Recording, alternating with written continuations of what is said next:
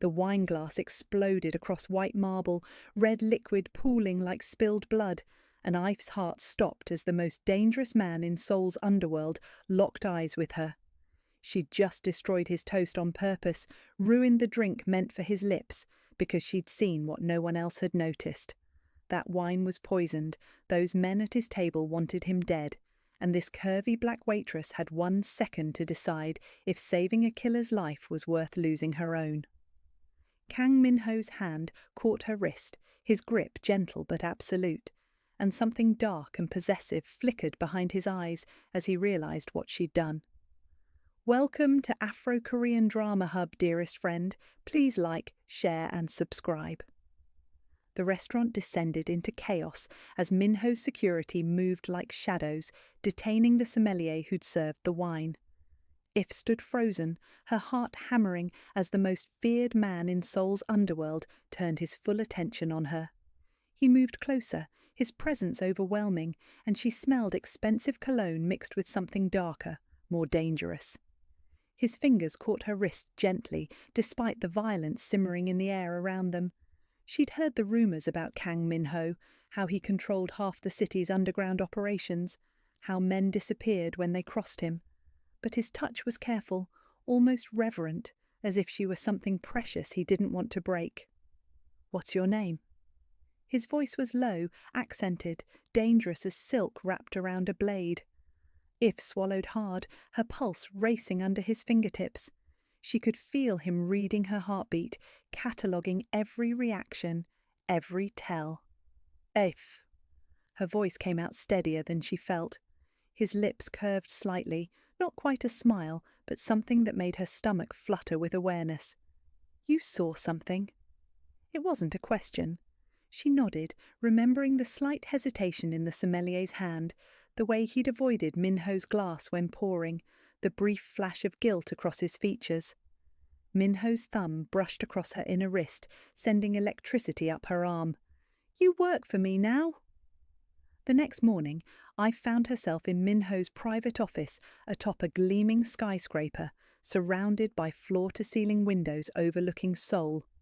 She'd tried to refuse his offer, but he'd simply had her apartment lease bought out and her belongings moved to a secured building he owned. His assistant had presented her with a contract, a salary that made her dizzy, and instructions to report daily. Now she sat across from him, anger and confusion warring with something else she didn't want to name. He watched her with those impossibly dark eyes, his attention complete and unnerving. "You can't just control people's lives," she said, hating how her voice wavered under his steady gaze. Min-ho leaned back in his chair, his suit jacket stretching across broad shoulders. "I just saved yours. The people who wanted me dead saw you interfere. You're a target now." The words landed like stones in her stomach. Ife's hands clenched in her lap as the reality settled over her. She'd acted on instinct, unable to watch someone die even if he was dangerous, even if he represented everything she'd been taught to fear. Now her life was tangled with his, bound by a moment of compassion. "So I'm what, your prisoner?" His eyes flashed with something almost like hurt before his expression smoothed into that controlled mask he wore. "You're under my protection. There's a difference." He stood, moving around the desk with predatory grace. "And you'll be my personal assistant. Stay close. Stay safe." Over the following weeks, Ife learned the rhythm of Min-ho's world. She attended meetings where men spoke in careful code, managed schedules that included both legitimate business and darker dealings, and felt his eyes on her constantly. He was possessive in subtle ways, positioning himself between her and other men, his hand finding the small of her back in crowded rooms, his jaw tightening whenever anyone spoke to her too familiarly. She told herself it was just protection, professional necessity, but the way he looked at her made her skin burn. Late nights in the office became routine, and she discovered layers beneath his cold exterior. He was intelligent, surprisingly funny in dry ways, and carried the weight of his choices with quiet gravity. One evening, she found him on his office balcony, tension rolling off him in waves. She'd learned to read his moods, knew something had gone wrong in ways that shook even his iron control. "Minho?" Her voice was soft, and she watched his shoulders relax incrementally at the sound. He didn't turn, just continued staring at the city lights sprawling below like scattered diamonds. "3 of my men were killed today, retribution for the poisoning attempt." His voice was flat, controlled, but she heard the rage underneath, the grief he wouldn't allow himself to show. I've moved closer, her hand hovering near his back, before she let it settle there. He went rigid, then slowly turned to face her. "You should fear me," he said quietly. "Everyone else does." "I know what you are," Ife replied, her hand still on his chest, feeling his heartbeat through expensive fabric, steady and strong. "But I also know you've kept me safer than I've ever been. You bought my mother's medical equipment when her insurance wouldn't cover it. You didn't think I'd find out, but I did." His expression cracked, vulnerability flashing through before he could hide it. His hand came up to cup her face, thumb brushing her cheekbone with devastating gentleness that contradicted everything about his reputation. "You make me want impossible things," he admitted, his voice rough with emotion. The air between them crackled with tension, his gaze dropping to her lips before he seemed to catch himself. He stepped back, control slamming down like a gate.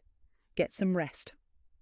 The next day, Minho's business partner hosted a gala, and Ife found herself in a designer gown that hugged her curves, Minho's hand possessive on her waist as they entered.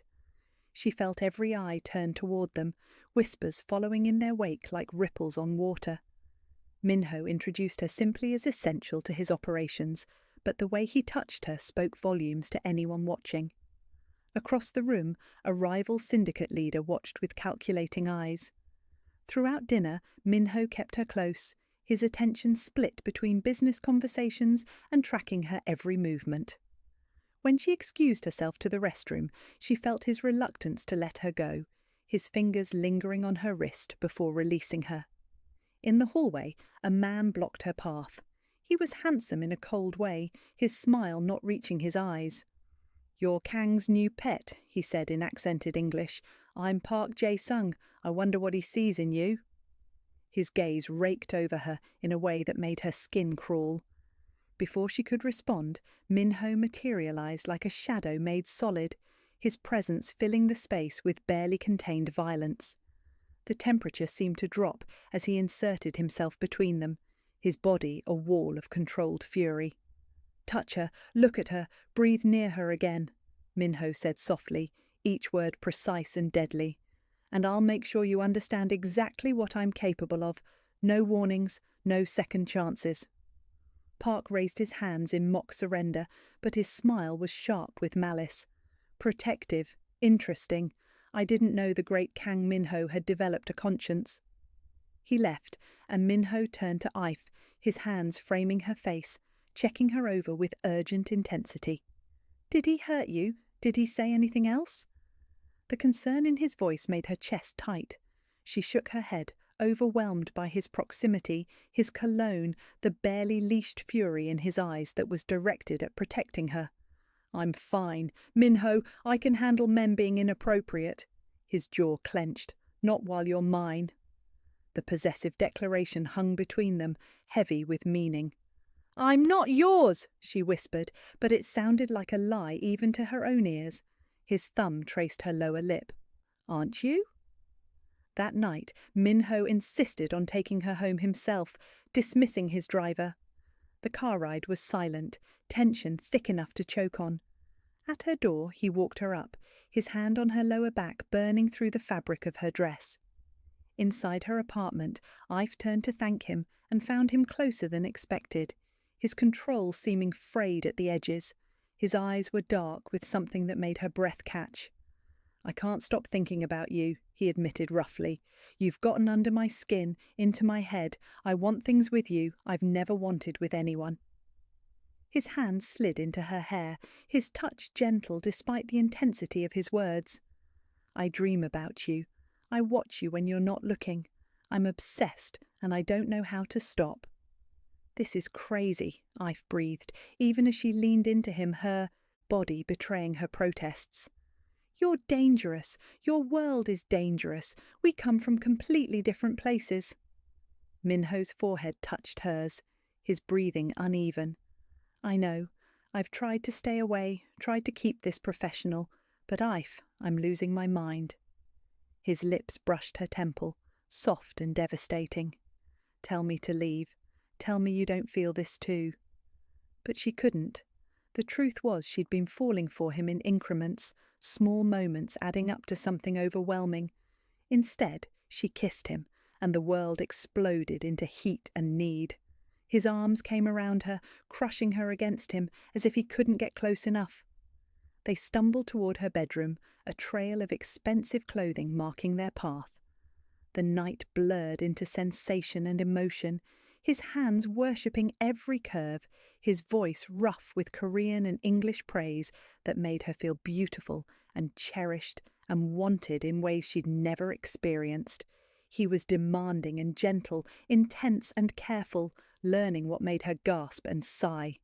When pleasure crashed over them, he held her like she was precious, his face buried in her neck, his heartbeat racing against hers. In the aftermath, tangled in sheets with his arms wrapped around her, I felt terrified by the intensity of what had just happened. This wasn't supposed to be real. But the way he touched her, the way he looked at her like she was his entire world, felt like forever. And that scared her more than anything. She woke before dawn, panic settling cold in her chest. In the dark, reality crashed back with brutal clarity. He was a Mafia boss. This was an impossible situation. Men like him didn't keep women like her. He'd said things in passion, but morning would bring clarity and distance. She couldn't survive him deciding she was a mistake, a momentary lapse in judgment. Carefully, Ife extracted herself from his embrace, dressed in the dim light, and slipped out. Her phone buzzed immediately with texts from him, but she couldn't face them. At work later, she called in sick, needing space to think, to breathe, to rebuild walls he'd demolished so completely she didn't recognize herself anymore. Minho's response was swift and unrelenting. He appeared at her door that evening, his expression dark with frustration and something deeper, more vulnerable. You ran. His voice was controlled fury as he stepped inside uninvited. Did last night mean nothing to you? Ife wrapped her arms around herself, trying to maintain distance even as her body remembered his touch, craved it. It meant too much. Minho, we crossed a line we can't uncross. His laugh was bitter, lacking any humour. You think I don't know that? You think I haven't been aware of every line I've crossed since the moment you saved my life? He moved closer, crowding her space deliberately. I'm in love with you, desperately, completely in love with you. The confession stole her breath. If stared at him, searching for lies and finding only raw honesty that made her heart ache. You can't be. We barely know each other. This is just attraction, proximity, intensity. Minho's hands cupped her face, forcing her to meet his eyes. I know you take your coffee with too much sugar. I know you send half your salary to your family in Nigeria. I know you cry at sad movies and hate injustice and have a laugh that makes me want to hear it every day for the rest of my life. His thumb brushed away a tear she didn't know had fallen. I know you're scared because my world is violent, but I swear to you I will burn it all down before I let anything touch you. I will walk away from everything if that's what it takes to keep you safe. I'm scared you'll wake up and realize I'm not worth the complication, Ife admitted, her voice breaking on the words. That I'm just someone you wanted temporarily, someone who was convenient and different and available. I can't be another woman you tire of. His kiss was desperate, claiming, a vow made physical. When he pulled back, his eyes burned with intensity that left no room for doubt. You're not temporary, you're forever. I've never said that to anyone. I've never felt this consuming need to protect and possess and cherish someone. You're it for me, Ife, the only one. His forehead pressed to hers. Don't run from me, fight with me, challenge me, but don't disappear. I can handle anything but losing you. She kissed him again, pouring her fear and hope and growing love into it. "Okay," she whispered against his lips. "Okay, I'll stay." The following weeks were intense, their relationship deepening as Minho integrated her fully into his life. He was possessive and attentive, showing up with her favourite foods, sending cars when she worked late, his hand always finding hers in private moments. His men began treating her with the same respect they showed him, and she realised he'd made his claim on her public in his world. But danger was never far. Reports came of Park Jae-sung making moves against Minho's operations, testing boundaries and pushing for confrontation. Minho became more protective, insisting on constant security for Ife. She chafed against the restrictions even as she understood them. The violence of his world felt more real now, more immediate, and she saw the toll it took on him to balance loving her and keeping her safe. One afternoon, Ife convinced her guards to let her visit a market she loved, wanting a taste of normalcy, of the life she'd had before Minho. She was examining fabric when someone grabbed her from behind, a cloth pressed over her face. She struggled, catching glimpses of her guards fighting before chemicals dragged her under. She woke in a warehouse, wrists bound, Park Jae-sung watching her with cold satisfaction. "Kang's weakness," he said conversationally. "He's gotten soft, fallen for a pretty face. I've been watching, waiting for the perfect opportunity. Now I have leverage." Fear coursed through her, but Ife kept her, expression neutral, refusing to give him the satisfaction of seeing her panic. "He won't negotiate with you." Park smiled, cruel and confident. "Oh, I think he will. For you, I think he'll give me everything." Minho received the video on his phone during a meeting. Park's smug face, then the camera panning to show Ife bound to a chair, her lip bleeding but her eyes defiant. The message was clear: surrender or she dies. The room went silent as Minho's expression transformed into something terrifying, something that reminded everyone why he was feared.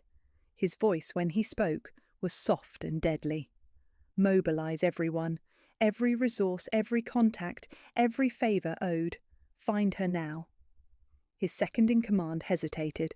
"Boss, if we move against Park directly, it could start a war. The other families might get involved." Minho's eyes were black ice. "Then we go to war. Nobody touches what's mine and lives. I don't care what it costs. Find her." Within an hour, the full force of his organisation descended on the city like an avenging army. Meanwhile, Ife worked on her bindings, using a technique she'd learned from a self-defence class Minho had insisted she take. Park had underestimated her, left her with minimal guards, assuming she was helpless. She freed one hand just as shouting erupted outside. Gunfire cracked through the air, and the warehouse erupted into chaos. The door exploded inward, and Minho stood silhouetted against smoke and violence, a gun in his hand and murder in his eyes. He moved through Park's men like a force of nature, precise and brutal, every movement economical and deadly. When he reached her, his hands were gentle despite the blood on them, untying her with shaking fingers, his face a mask of barely controlled emotion. "Are you hurt?" His voice cracked with emotion as he checked her over, his thumb brushing her split lip with devastating gentleness. If threw her arms around him, and he crushed her against his chest, his face buried in her hair. Around them, his men secured the warehouse, but Minho's entire focus was on her, as if nothing else existed. "I thought I'd lose you," he said roughly in Korean, then English. "I thought I'd be too late. I was losing my mind every second I couldn't find you." She pulled back to look at him, seeing fear and rage and love warring in his expression. "You found me, Minho. You came for me. I knew you would." His kiss was desperate, tasting of smoke and relief and promise. "Always, I'll always come for you." Park was dragged before them, bloodied and defiant even in defeat. Minho handed Ife off to his most trusted guard and approached his rival with lethal calm. "You made a mistake," Minho said softly, his voice carrying through the silent warehouse. "You touched her, That's unforgivable. The warehouse fell silent, everyone understanding they were witnessing a reckoning. Minho's justice was swift and final, and Ife understood fully what he was capable of, the darkness he carried, the violence that was as much a part of him as his devotion to her. When it was over, he returned to her, searching her face for judgment or fear. She touched his cheek, accepting all of him, the violence and the tenderness, the danger and the devotion. "Take me home," she said simply, and relief flooded his features. That night, in his penthouse with the city sprawling below, Minho held her like she might disappear. "I can't do this any more," he said against her hair. Ife's heart stopped until his next words registered.